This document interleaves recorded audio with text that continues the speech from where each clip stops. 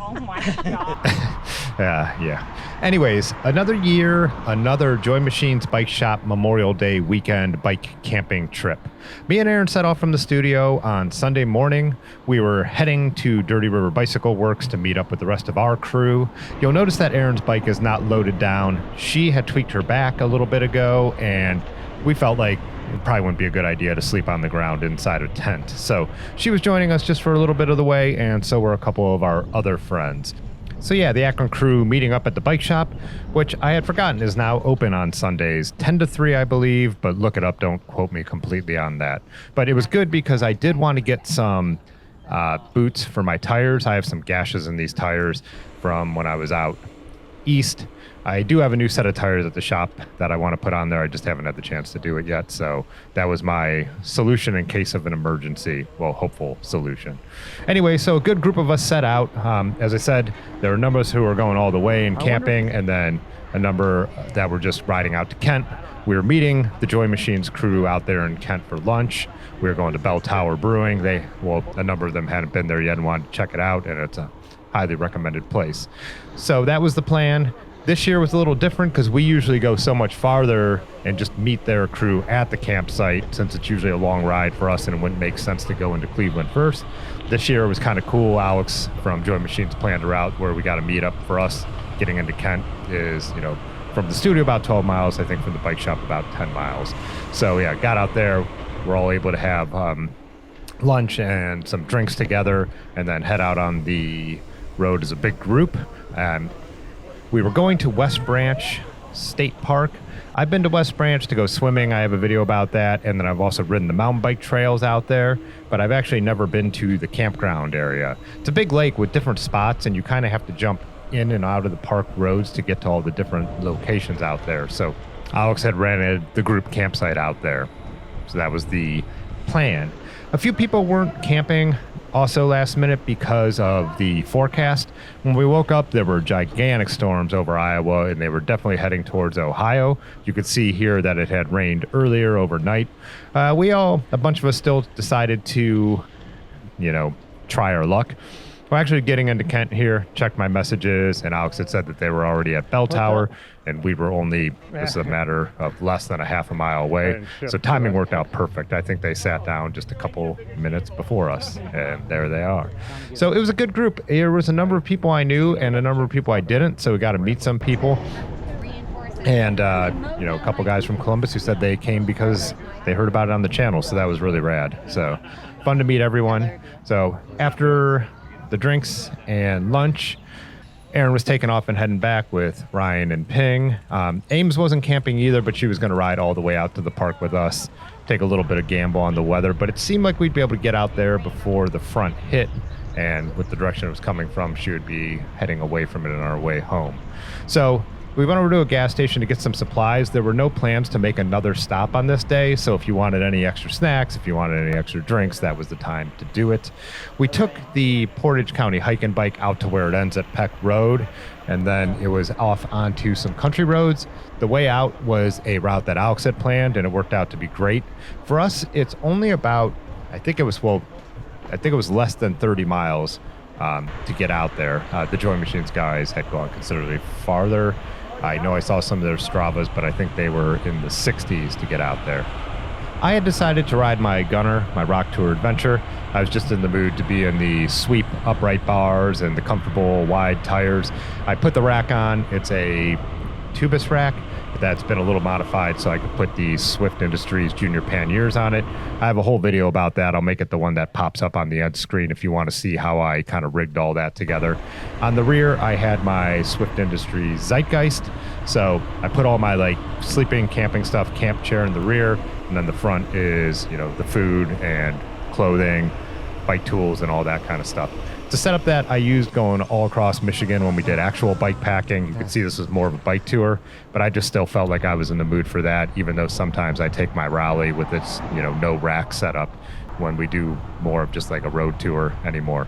But whatever, I wanted to give that kind of a shakedown and get that set up for the year anyways. When we got into camp, everyone went like straight to the work of getting everything set up. Just with the unpredictable weather, you would not want to be messing around with everything in the rain. So in case it hit a little earlier, everybody got all their tents set up and everything. And then we went over to the camp store. They had slushies and drinks and kind of hung out over there for a little bit. We were all making lots of jokes about how the storm was just going to break up or the storm was just going to blow over.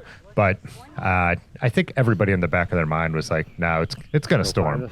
Well, it looked like it was about to hit in an hour after everyone was set up and hanging out. So a group of us went over there's a little swimming beach on the campground.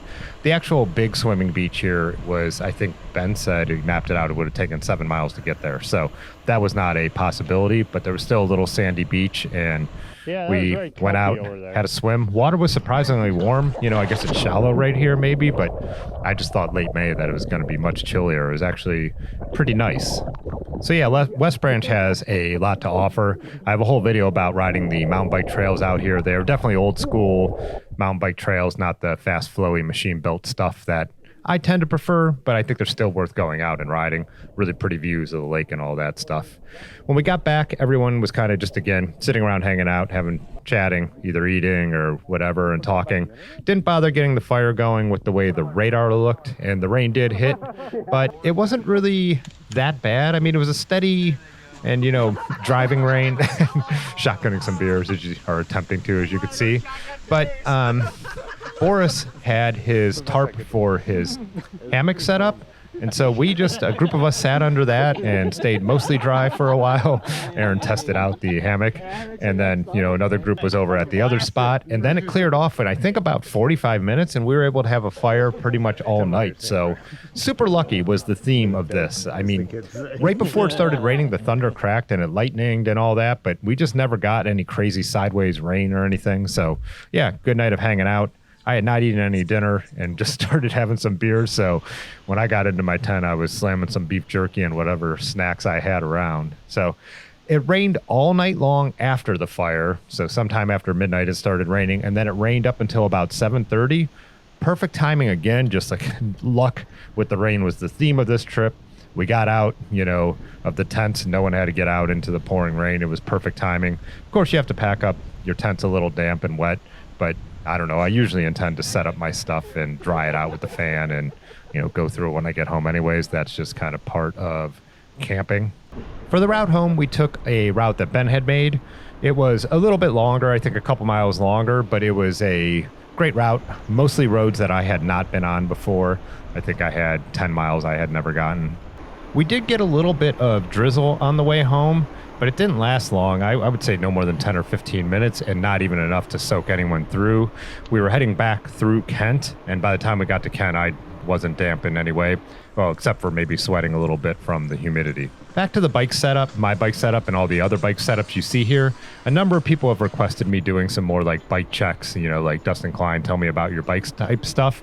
I do intend to do that. Sometimes I just don't feel like talking. I feel like riding my bike, and I just pull out my GoPro and film. As mentioned, I am not a full-time YouTuber. It's not my job, so I just sometimes am enjoying the trip I'm on and just capturing some footage, and that's why I like to do these voiceovers like this. But I do intend this summer to dive into some bike packing and bike touring setups that people have going on. Another comment I often get is people will make these definitive statements about bike setups for bike touring or bike camping. You need to be real careful when you do that because every bike handles differently. I feel like the nerds, people like me who are really into this stuff, should know that. I mean, obviously, mountain bikes handle different than road bikes and the whole spectrum in between. But I'll get these statements about you have too much weight in the front or you have too much weight in the back. Don't make those kind of statements because it really depends on the bike. I've learned the hard way about some bikes, the way they handle with certain weight. The Gunner handles really well with a lot of weight in the front. So combination probably between the geometry and the sweep bars. But yeah, with the two panniers up front, it could be heavily weighted towards the front and still ride really well. And as I mentioned, I rode it off-road across Michigan with this setup and it handled really well. So yeah, I would steer away from making those statements. I know in general people say, the lower the weight is on the bike, the better a bike will handle. And with this bike, I do mostly have that situation in the front. But even when I ride my rally like I did in my last overnighter video from a few weeks ago, that is all just a handlebar bag and a saddle bag, but that bike is super stable and again handles fine with the weight up high, and I've off-roaded that through, you know, Nutmeg and Connecticut and all that kind of stuff. So yeah, just to say, if you don't know, your bike can handle completely different. If you're uncomfortable on it, then maybe it's time to think about some options to switch up the way you have it set up. But yeah, don't make definitive statements about what works best, because different things work better for different bikes and different things work better for different people, and some people just have preferences. So yeah, I know, YouTube comments, let them get to me once in a while. But a lot of my goal with these videos too is, if you don't know, to help people out, explain some, you know, of the things that from just doing this now for a number of years and pretty much the only way I travel that I have found work out really well for me. Here we are heading into the Kent State stadium area. That's where their football team plays. It's a considerable way away from campus, but there's a great bike path that runs between campus and out here at the stadium. I'm not sure how old it is, but I don't think it was there when I was going, when I did my 1 year at Kent State. But yeah, it's a really cool path that connects the two of them. I'm not even sure of the name, but my Strava will be linked below if you're in the area and you've never ridden this path between there. And Kent State's campus is pretty cool to ride through too, as you'll see in a minute. And of course, school is out, so there's not, you know, you're not bombing through a bunch of students and being a jerk. It's no one's around right now. Heading back into the city of Kent, our destination was Tree City Coffee. Not a place I've been in very often, maybe only once actually, but they were open on Memorial Day. They had coffee, they had pastries, they had bagel sandwiches, avocado toast, everything. So it was awesome that they were open on Memorial Day. As most of you know, not many things are. A cool thing that randomly worked out about this group is everyone was pretty evenly matched. You know, even though this would have been a no-drop ride within reason, we were able to move at a pretty decent pace for a lot of it because everyone was kind of on the same page. I'm sure some people were working a little harder than maybe usual, and some were going a little lighter than usual, but in general, it was kind of cool that we were, you know, moving at a, like I said, reasonable pace without like crushing it and without really dropping anybody. Bike camping trips are also such a cool way to make new friends and meet new people, because you know you already have two things that are important, or like you really dig in common. You both like bikes and you both like camping if you're out there doing it. So even if you're not the most extroverted person, these are always like great trips to show up for. You don't really have to worry. You know, obviously there's people who already know each other. I'm riding with some of my friends, ridden with the Joy Machines guys before, but I don't know. This is kind of these kind of groups of people are pretty open to new people and accepting and want to chat and, you know, always willing to help out with anything. So whenever I make videos like this, I'll have, you know, some comments about people saying, I wish I would have known about this. In this day and age, I gotta say it's a little bit on you if you don't know about what's going on around. If you're a social media person, you know, follow your local bike shops on Instagram or Facebook or whatever it may be.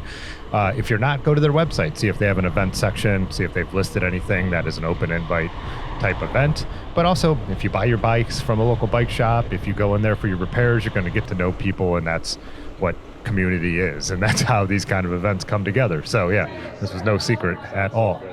That was Tree City Coffee's pastry case. I could have eaten everything in there. I had an everything bagel with egg and cheese, and then I had one of their black raspberry fry pies. Both were delicious. So yeah, this was our stop, and then this is where we kind of parted ways. The people going to Cleveland were heading out to the hike and bike trail, and we were heading home down the Freedom Trail with the Akron crew. I was glad to get some bike touring miles in my legs. It always feels different when your bike is loaded down. Like, I knew this setup, but it changes where you use your muscles and stuff like that. This is always my biggest piece of advice to people who want to go on a bike tour or a bike packing trip, is do a reasonably short length shakedown overnighter to know how your bike's going to handle, to know how your packing is going to go, to know how your camp setup's going to go, and all that stuff. I think it's one of the most important things if you want to try and take trips like this. So I have one more overnighter planned. That one's invite only, as we are going to private property and I'm not the organizer of it. That'll kind of be the final shakedown ride before we go on our main summer bike touring trip, which I'm a little excited for. We're going to be hitting the Finger Lakes region this year, kind of winging it with mostly our entirely own plan and routes. So let me know what you would like me to ask everybody else about their setups, whether it be the bags they're using on their bikes or their actual sleep system. I am a big advocate for spending the money on the tents and the sleeping stuff. I think my stuff adds up probably to more than the bikes I put it on, but lightweight and small is something I really like, but there's also budget ways to do everything. So here's where the last 2 and 2 broke off. A couple of other Akron people have also broken off earlier as we all kind of headed to our different parts of town. Now it's just me and Brad heading back to Cuyahoga Falls. Since it was Memorial Day, my family was actually getting together a little bit later. And so I got home, unloaded my bike, rested for a minute, hung out with Edmund, and then I jumped on my other bike and headed over to my parents for dinner. It's always amazing. You feel like you're absolutely flying when all of a sudden you get off a loaded bike and then start riding something different, especially going from sweet bars to an unloaded drop bar bike. So yeah, just the next thing to do is for you to give this video a like. It'll make you feel good. It'll make me feel good. Hit that subscribe button. Why do you make me ask? I don't like asking, but you guys just not doing it enough. No, I don't care. Just give this video a like. That's more important anyways. Peace.